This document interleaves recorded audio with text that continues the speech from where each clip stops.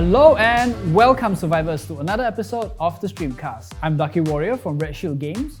With all the talk about games and playing games ourselves, I'm sure the dream of becoming a professional gamer pops into our head. Professional gaming, known as esports, is a serious business of late, and this industry is projected to generate $1.5 billion by 2023. Being an esports player means that you're a person who is committed to playing, learning, understanding, training, and winning a game. For example, in a typical shooter game, you have to train your hand-eye coordination, understanding how much you should move your mouse in order to snap on your target and neutralize them. You will also be learning every little thing about the game, like what's the jump height? Does your momentum get carried when you perform a sprint jump? What's the weapon's recoil that you're using?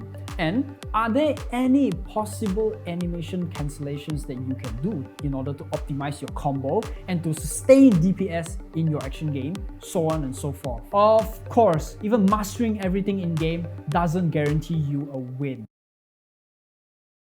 You will also have to be able to think on your feet, have lightning-fast reflexes, and also, most important of all, communication skills. No matter how good a person is at playing games, and if they have valuable information that they cannot present to their team members, then that information is as good as nothing, or worse, that it confuses their team members. An important aspect to take into consideration when going professional is the hardware that you're using. Using your grandpa's old Pentium 4 ain't gonna help you in becoming a better gamer. You will need a beefy PC with all the high-end shebang, from your CPU to your GPU to your RAM speed, a good monitor with a high refresh rate, then down to the characteristics of the keyboard, like what kind of switches does it use, and also your shape and size of your mouse, and the number of buttons that you have on it. All this gear will definitely give you an edge, or at least level the playing field in gaming. Bonus info time.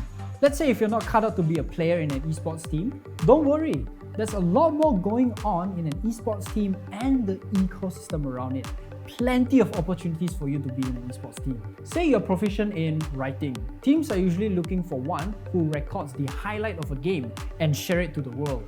And if you are a marketer in real life, you can land a job in marketing and work with said copywriter in sharing their in-game exploits to the world. There's also the sales department that you'll be tasked to bring in sponsors and also corporate partnerships for the esports team.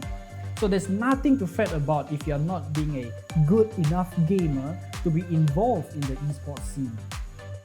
As always, thank you for watching this episode Streamcast about gaming as a profession. Until then, you can head over to our website or join our Discord to learn more about the game.